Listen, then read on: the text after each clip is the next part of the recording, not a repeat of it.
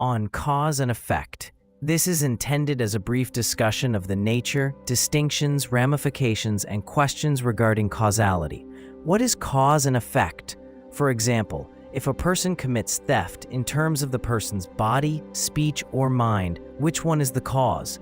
The word karma, which we often use in our speech, connotes the same meaning as cause here.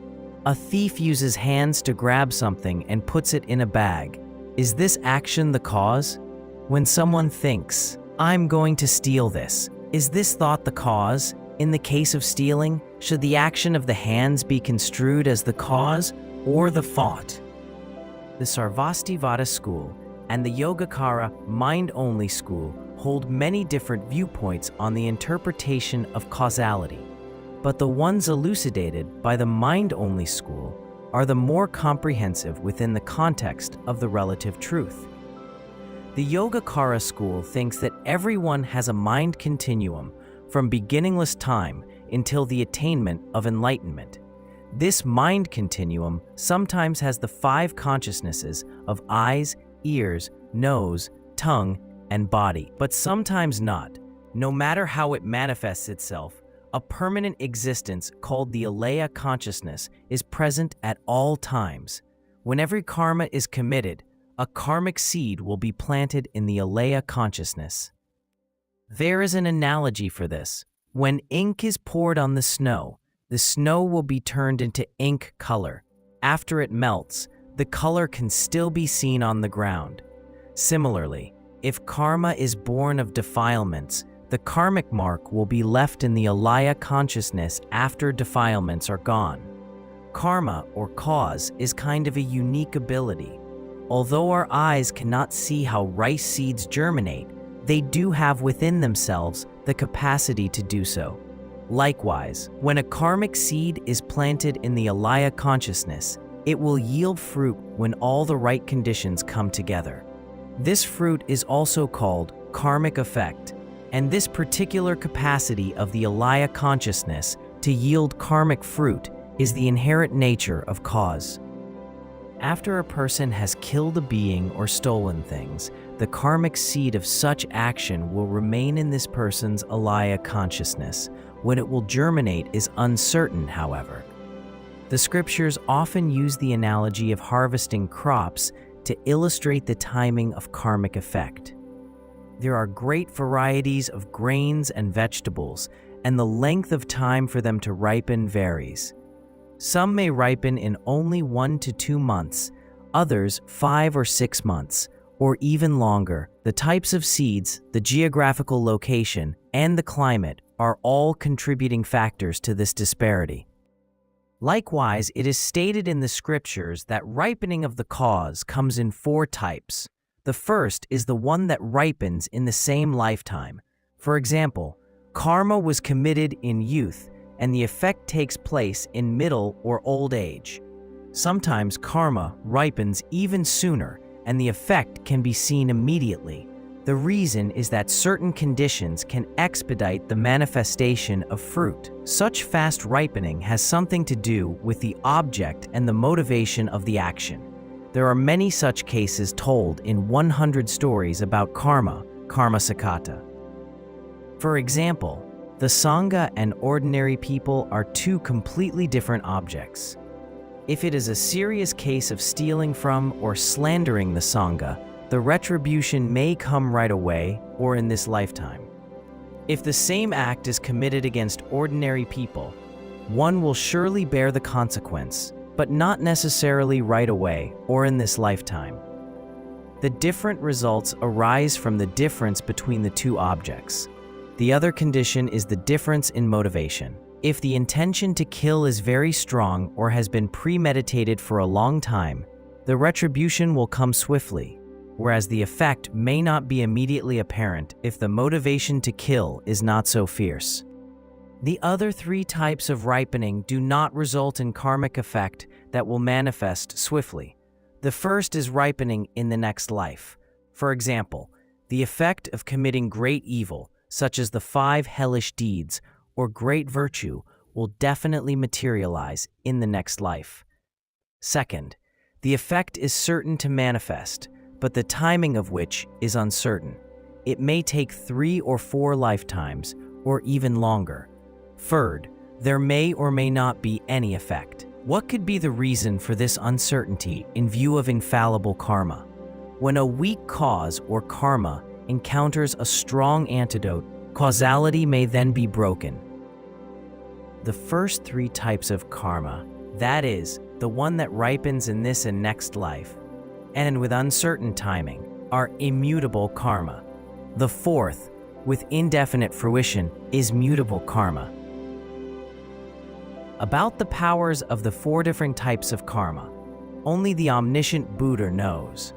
Ordinary people or non-Buddhist practitioners possessing some psychic powers and even arhats would not know their intricate workings thoroughly. During the time of the Buddha, there were many non-Buddhist practitioners in India who, with their clairvoyance, saw lifelong virtuous people find rebirth in the hell, hungry ghost, or animal realm instead. They questioned, if cause and effect was truly infallible, why would virtuous people not end up well? Hence, they viewed the idea of cause and effect as pure nonsense. How can a person who has practiced virtue the entire life be reborn in the lower realms? Well, although the person may have been virtuous throughout this life, we do not know anything about this person's previous lives. Maybe the person has been virtuous in this as well as the last 2 lifetimes, but it may not be so anymore if we could go back even further. Some negative karma might have been committed many lifetimes ago. From the perspective of the 3 types of immutable karma, virtuous karma that the person has committed in this life happens to ripen not in the current or the next life, but in the yet known future lives. That is, it may not come to fruition until perhaps hundreds or even thousands of years later. In our innumerable past lives, had we ever committed this type of immutable karma? The answer is yes. Therefore, we can be as virtuous as we would like in this life. Retribution may still await us if we cannot purify all our negative karma of the past. Once this type of karma matures, there is no escape but to bear its effect, albeit temporarily. Does this mean that virtuous karma we have accumulated in this lifetime will go to waste? It certainly won't. They also bear their own fruit. However, if virtuous karma is not powerful enough and ripens slowly, it is possible that we may have to suffer first before enjoying any reward. Apparently, even non-Buddhist practitioners with some spiritual realization may still be confused about the workings of cause and effect, not to mention people without any right view or understanding. The complexity of the cycle of cause and effect and how it passes through the past, present, and future make it possible only for the Buddha to comprehend entirely its causal relation. Others merely glimpse different parts of the cycle. These non-Buddhist practitioners are usually well learned. Some may even have acquired certain clairvoyance over worldly matters. However, they jump to a conclusion only based upon what they saw.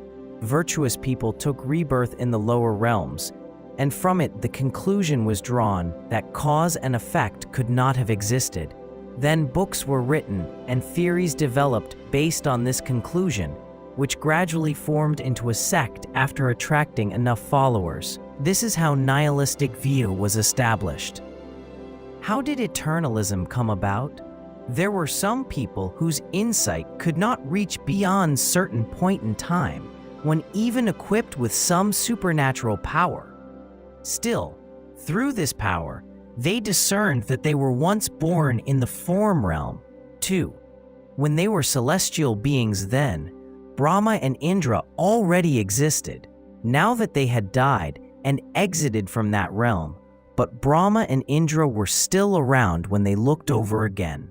They tried to see when these gods were born and when they would die. They looked a few thousands, even tens of thousands of years ahead, and found the gods remaining alive. They then came to the conclusion that Brahma and Indra would never die. They looked back tens of thousands or a few million years, but could not find the days the gods were born. Then they concluded that only beings below the rank of Brahma and Indra would die, whereas Brahma and Indra would be eternal. They subsequently incorporated these viewpoints into their books, gathered followers, and established a sect. This is how the views of nihilism and eternalism originated. In the modern world, people also have similar questions. There are some who have never stolen things, killed, or hurt anyone. Rather, they have kept their vows and practiced virtue. Yet, they often seem to be less fortunate than others in many aspects. Such cases tend to make people wonder, if karma was true, why should good people run into bad luck? Lay practitioners who do not have in-depth knowledge of karma or fully understand the viewpoints of Abhidharma Kosha Shastra may ask the same question. Some would even say, I have attended many pujas and read so many scriptures. I should not have to suffer this or that illness or misfortune. This is a wrong view.